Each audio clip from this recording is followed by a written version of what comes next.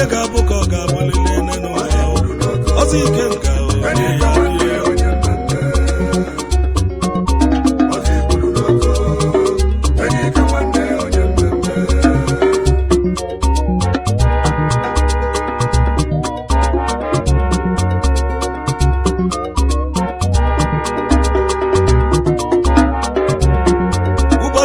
onye ka mụrụ iwe ya bụ ụbọchị ekele onye ka ekele iwe ya bụ onye na-eme mma n'ụwa anya na mma ya na ije n'ụwa n'osinachi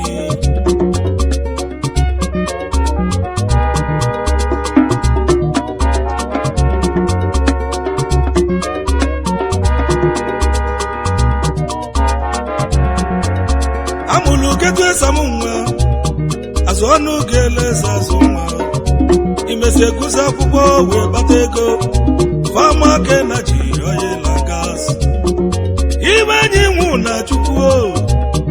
ike nga oko n'olu m ekene gị o ji ebi ọmọgọ n'olu mba niile akọmajidakụ boys elibe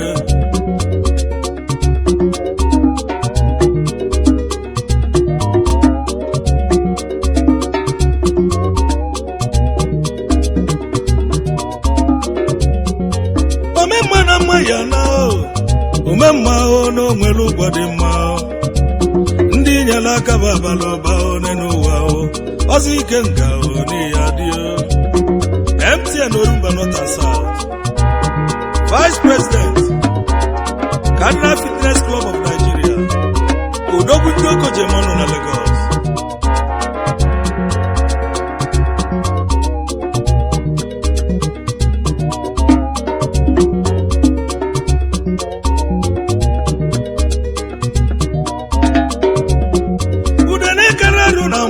afọ onye nwere ego na-echi ọzọ onye nne ya bụ eze ya abụlili eze ebe nna gị chiri n'ihi echi ya ichi ya eze ọkwasala n'ihi adị ebe nna gị chiri n'ihi echi ya ichi ya eze ọkwasala n'ihi adị maka na onye chi mere eze na ọbụgolo eze aka Chukwu okike n'ọdị ya onye chi mere eze onye aṅụrịba aka Chukwu okike n'ọdị ya iwesị ka ikele eluigwe ezigbo nna gị na golu mmụọ let Ichie Simon na na-eto na Chukwu Ichie ụmụ eze ọkwasara nke izizi n'oko Odogwu papa ude gị na ndụ ude gị n'ọnwụ ezi nna ya dịbakwa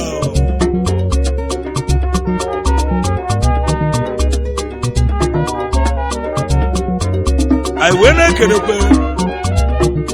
ezigbo nne gị nke ifo n'anya Mrs. Lina Ngozi Onachukwu ezi nne na ị ga-adị ndụ ka nka chaa isi awọ iweli ebe ụmụ ịkpata n'elu ụwa ya gazieli gị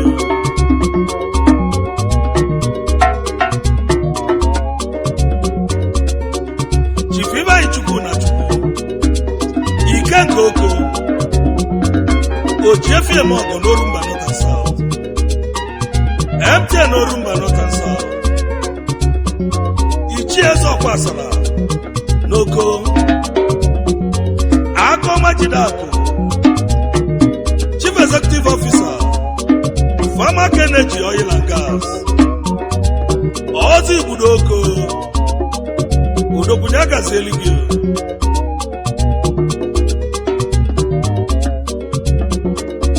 kenelu m ụlọ ọzọ Injinia Amaka nwa n'ịga dị ya ogolimalụ obi dị ahịa osodi ihe makụ nwanyị ọma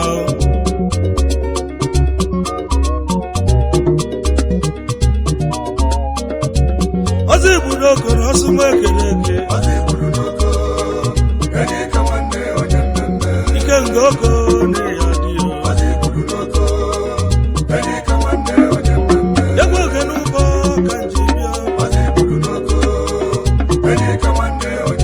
o ji ebi eme ọgọ na ịga dị ya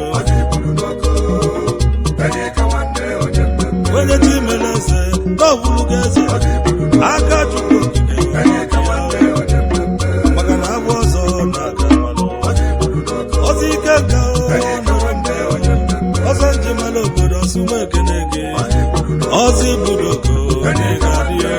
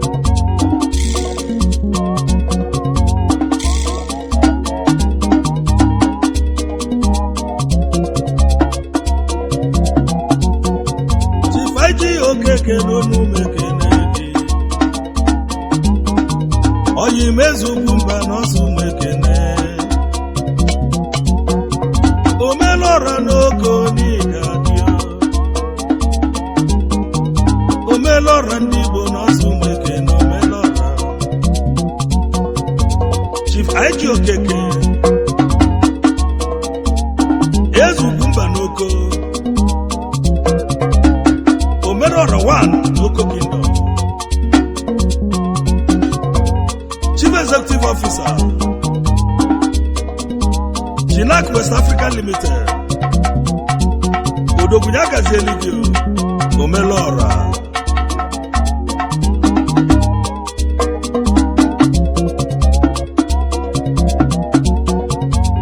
Aiwene Kenekwe Chief James Okwibe one of Oko Chief Executive Officer Jibeko Group Company Abuja Odogunya Gazeligio Onwane Etilora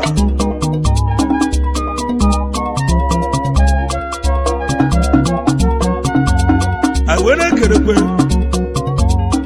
Chief Ogochukwu Mudiegwu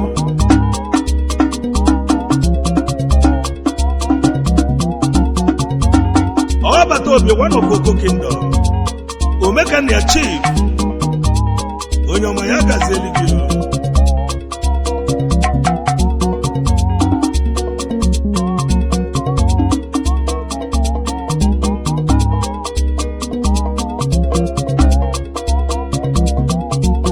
Chief Uchimobi Ezemba Nosu Mekenegi Odogwu Mbadike Nosu Mekene Mezaya Nigadio Badiko Gojindia Bubosu Mekene Jimobi Mezaya Nigadio Ezembadike Nosu Mekene Chief Jimobi Ezemba Mezaya Mbadiko Odogwoko Nine Jidi Abube Odogunya Gazeligio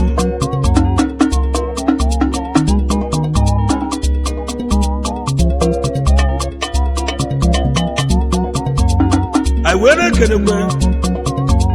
Chief Chinenye Anasoro Osinachi Igwebeko one of Oko Kingdom Odogunya Gazeligio Igwebenko Osinachi ndị ụwa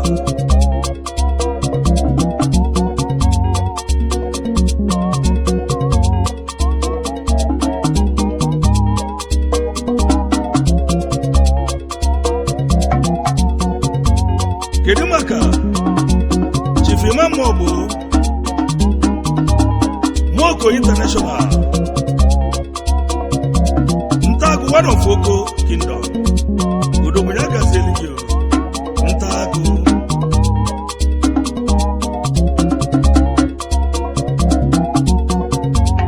Chifodi Lichupari Zokoye Dogo na Holland Odina Nwema one of Oko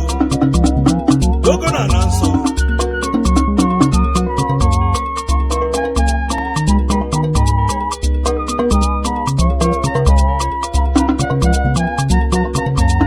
Chief Saimo Kechukwu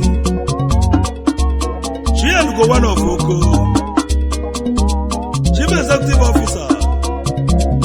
Golden Eman Nigeria Limited Ezigbote nna ochie ọzọ Igbo Odogunya Gazeligio Chialugo Aiwene Kenekwe Chief Osti Igwebike Ojena Nwayo one of Oko Ojena Nwayo ya Gazeligio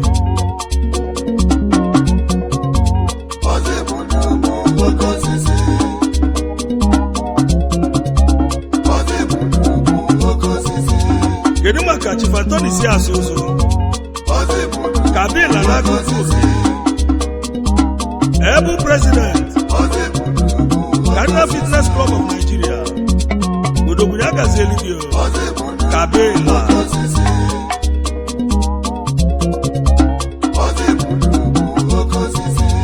Aiwene Kenekwe Ifazubiko Dunukwe Abacha Ogelobi ọmọ one of us me ya Gazeligio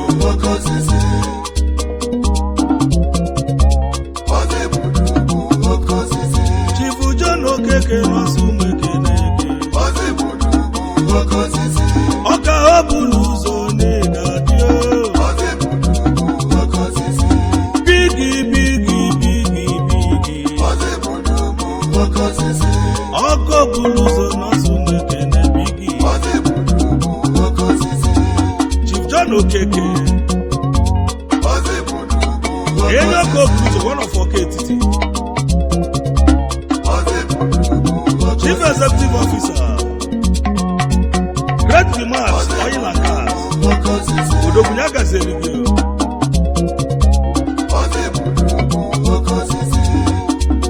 Aiwene Kerekwe Chief Nonso Okechukwu Akebuchonwe one of Oko Chief Executive Officer Golden View Hotel Amobala ebe anyị na-egoli na Golden View Akebucho nwere agazi eluigwe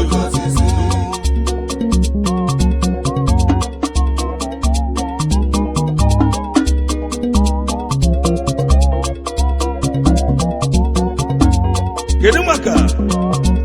Chief Chijioke Okafor Odogwu na Kano Chijioke na-agazi eluigwe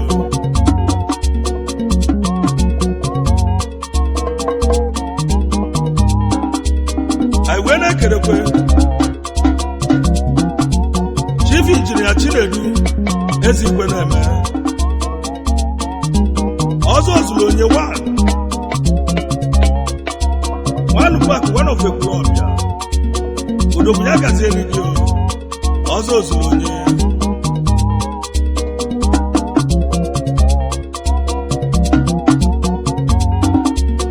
Aiwene Kerekwe Chief Jude Okoyano Ugobuzo one of Obu Chief Executive Officer Overseeing Global Services Limited Ugobuzo Kai Odogwu Obu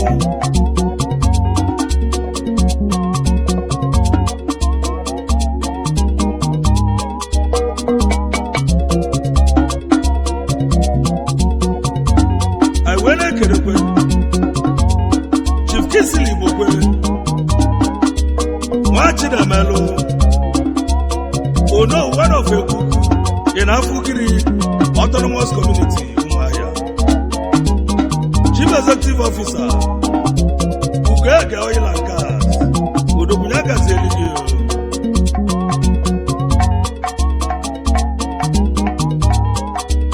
Aiwene Kerekwe Chief Vincent Mpo one back one of Akumasi Umuacha in Ekanot local government area Delta State Chief Executive Officer IC Global Services Limited Lagos Odogunya Gazeligio oke nwa Aiwene Kerekwe Chief Anayo Nwankwo Okulora Office Man Chief Executive Officer The Office Man Invest Center Lagos Odogunya Gazeligio Okulora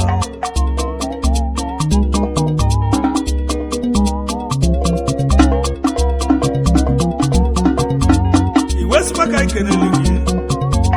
Honorable Dr. Duke Okwuolise Igwilo Eze dị ọra ma ward of Oko ọkwa ị na-anọchite anya Orumba North come 2019 election House of Assembly ijewego Iwesipaka Ikenelu all members Cardinal Fitness of Nigeria ndị ọmanya gazi elu ụlọ nke onye chiri ya zelu Cardinals ndị ọmụ eji eje mba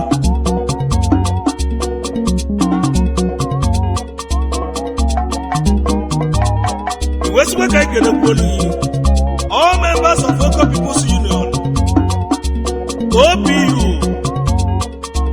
home and abroad,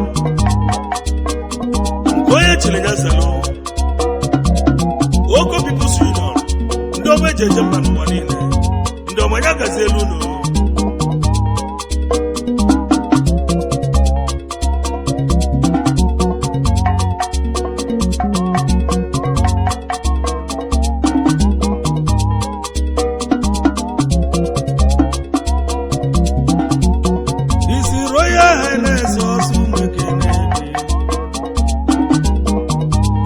Tony Weke no sumekene Bekin studio ni gade Ozo Tony Weke no sumekene His Royal Highness Ezo Ozo Tony Weke Chief Executive Officer Phoenix Casting Sokoto Eze Bulubulu na Sokoto Bekin Sudi of Sokoto Patron St. Peter's Catholic Church Army Barrack Sokoto Odogwu Mubele Village Oka Ezi Bonya Gazelibio Odogwu na Bela Amuna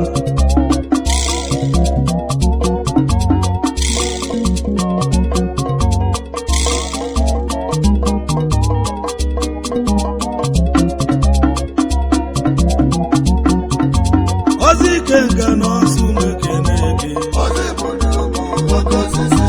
MTN Orumba no sumekene OGFM Ogo no Orumba nine Okosisi no Orumba no Tansatwe Akomajida koni gadio Ozibudu no go no sumekene Mmadụ na-eme na nkịtị onye chi mere eze na ọ ga-abụ eze ọzọ ike ga onye ga-adị MTN Orumba na Osumekene